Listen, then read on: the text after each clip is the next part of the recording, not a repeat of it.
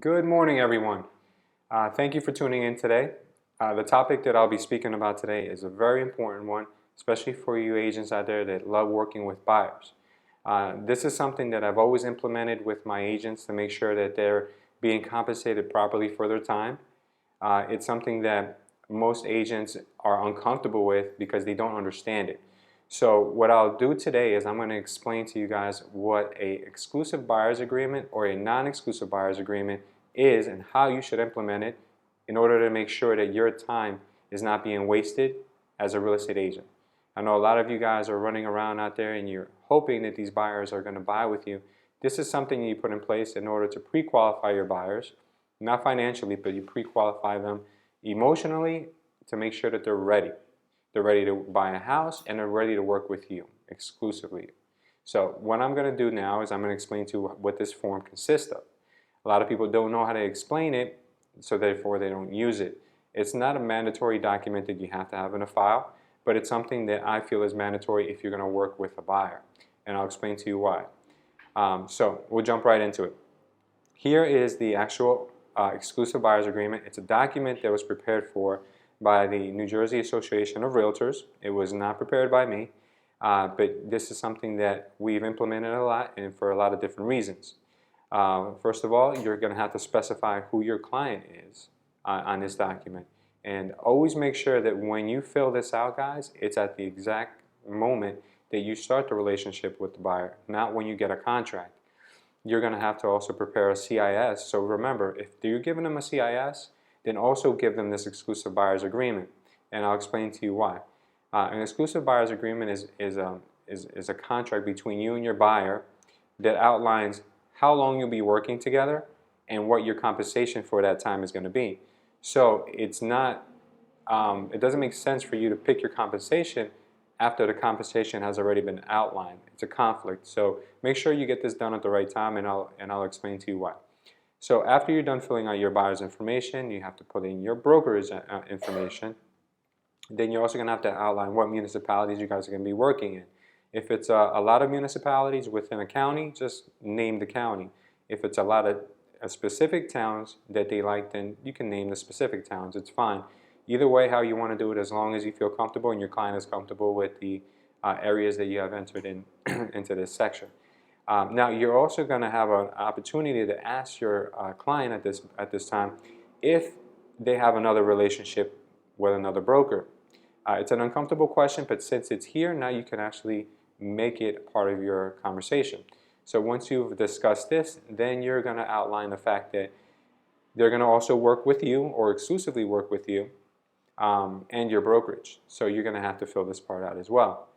At this part of the document, you're going to specify whether you're only going to represent them as a buyer's agent or if you're going to be representing them as a potential dual disclosed agent. Now check with your broker to make sure that your company is a disclosed dual agency. If you guys are not, then you may not be able to fill this part out. You might have to be just a buyer's agent. Then you have to also outline the term. Normally, I always do it, guys, for a year. And I'll tell you why, because I've run around with a lot of clients that can't make up their mind. And if you're going to be spending a lot of time with these people, you want to make sure that 8 months from now, 9 months from now, they don't just walk into an open house and they forget all about you. So please make sure that your clients understand that you actually have to protect yourself and them by getting this filled out properly. A year should be fine. People understand that there's a lot of competition out there, especially in this market. So you want to make sure that you're covered long enough. You can also add an extension of more time if you wanted to this document. The fifth paragraph in this document is one of the biggest factors of why you're going to be doing this. Why I say that is because obviously you can't put money before your clients, but what this states is that it gives you the opportunity to go above and beyond for your client. The brokerage fee means that in the event that you can't get paid by the seller, they will pay your commission. So for instance, I'll give you an example. If we put 3% into this section, that means if you are working hard for your client and you can't find them something on the MLS, but you start door knocking or you start looking at for sale by owners and they don't want to pay the commission, this means that your buyer will actually pay you your commission. And if you're bringing value to the table, your buyer should have no issue with this. If you're bringing them a property that they really want, a property that they might not have to have any competition with, this is an added value for them.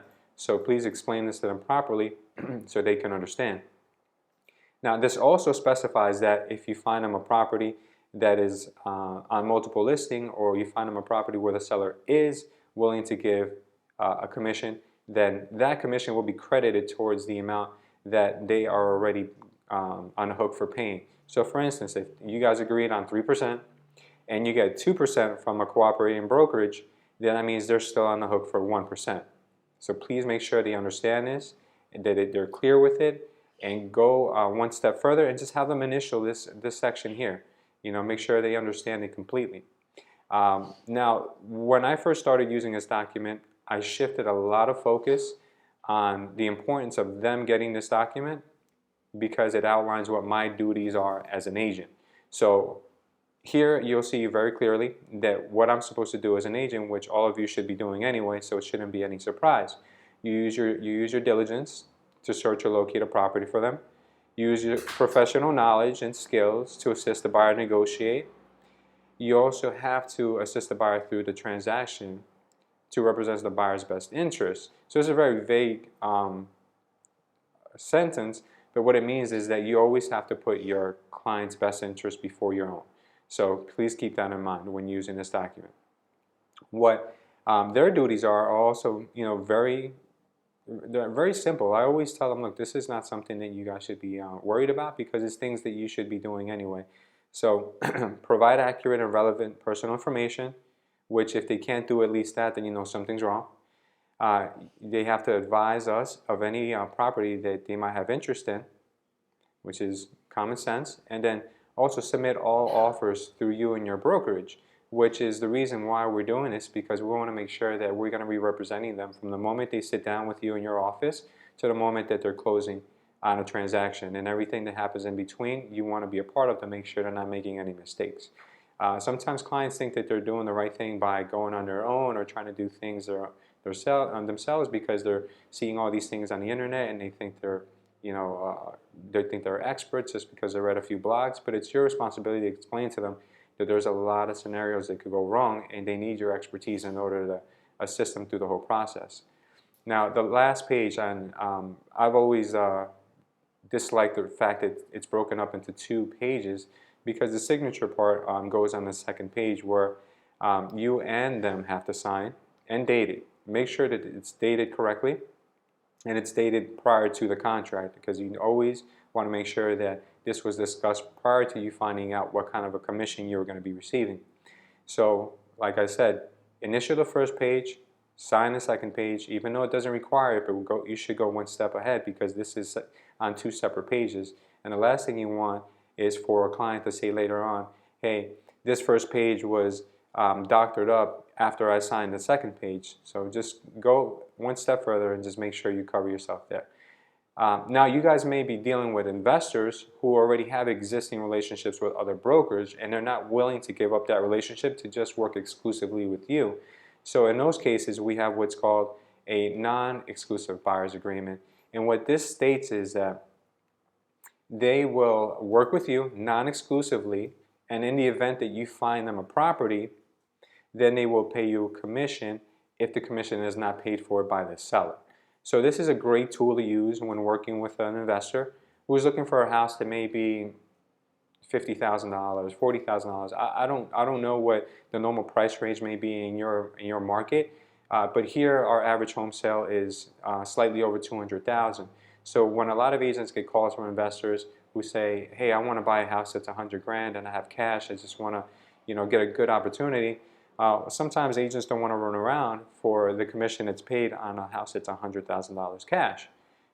So what you do is you say, well, on a house that's $250,000, I normally make a commission of 2.5% or 3%, and you calculate what that figure is, so you know what your time is worth. So what you can tell that client is that, well, listen, Mr. Investor, I feel comfortable making X% on a commission because I'm going to do a lot of work, and the types of properties you're looking for are harder to come across. So for my time, I want X. So you would outline in the broker fee relationship, in the broker fee section that you want X amount of money in the event that you find them a property that suits their needs. They have to also obviously acknowledge this. They should initial next to it. Everything else is pretty much the same, with the only difference that in this one they're probably gonna write down in the relationship section that they do have other agents that they work with. That's really pretty much the only difference that you're going to see in these. You still have to outline a time frame, but you also have to specify a commission that you're comfortable receiving in the event that you find any particular home that they like. In the event that they end up buying a house that's $250,000 and that commission meets the amount that you already specified here, then they don't have to pay anything because it already covered what you wanted to make. So hopefully you're explaining this correctly. This is something that's really important, and always make sure that you outline this before you ever bring them a property. It's a conflict if you pop this up on them once you have a property in your possession, because then it looks like kind of you're putting your interest before theirs. So keep that in mind. It's very important. I can't stress that enough to my agents. And the same thing, second page requires signatures between the buyers and between the buyer's agent, which would be yourself. Now, one thing that I want to explain to you guys is that when using a exclusive buyer's agreement and your clients are getting financing, just make them aware that that amount that might be a shortfall or the amount that might be the entire commission cannot be financed. It cannot go in. It cannot be rolled in as a closing cost with the broker, because what's going to happen is that the loan is going to exceed a high cost evaluation that they put it through. So make sure that when your clients are signing up for this, they understand that this is money that they might have to write a check to your brokerage for, directly from them to your brokerage. It will be outlined in a HUD-1, but it has to go directly from the brokerage, from the client to the brokerage. In the event that they think that they can finance a portion of it, you got to explain to them that it's most likely not going to fly. So they need to know it's something that is a contract between them and your brokerage, and not between them, their lender, and the brokerage. It's not a closing cost. It's an actual expense that they will be on the hook for. And if it's money that they have to take out of their account to make sure that your fee is covered, make sure that that money that will be taken out of the account is not going to affect the fact that they still need to get a loan. So if they're going to wipe out their reserves because they need to pay you, then that deal may not work, and you may need to reconsider your options with this client. So keep that in mind, very important. So if you guys have any questions on these documents, I know that they're pretty intimidating for people that haven't used them. I have a very good way of explaining it when I sit down with a buyer, but just make sure that when you explain it, guys, you don't put the emphasis on the money. You don't put the emphasis on you. Just make them aware of how important this document is for them, to make sure that they're being represented properly and that you're going to treat them with a level of expertise that they should be receiving from your agency anyway. If you guys have any questions at all on these documents, shoot me a message. If you guys enjoyed this video, please, like I said before, give me a thumbs up and share with your friends. And if you guys haven't yet, please subscribe to my social media, where I'll be posting a lot of stuff that you guys will also benefit from, inspirational, motivational stuff, and everything and anything to do with entrepreneurship and real estate. So guys, have a great day, and I hope you guys took away a lot from this video today. Thank you. Bye-bye.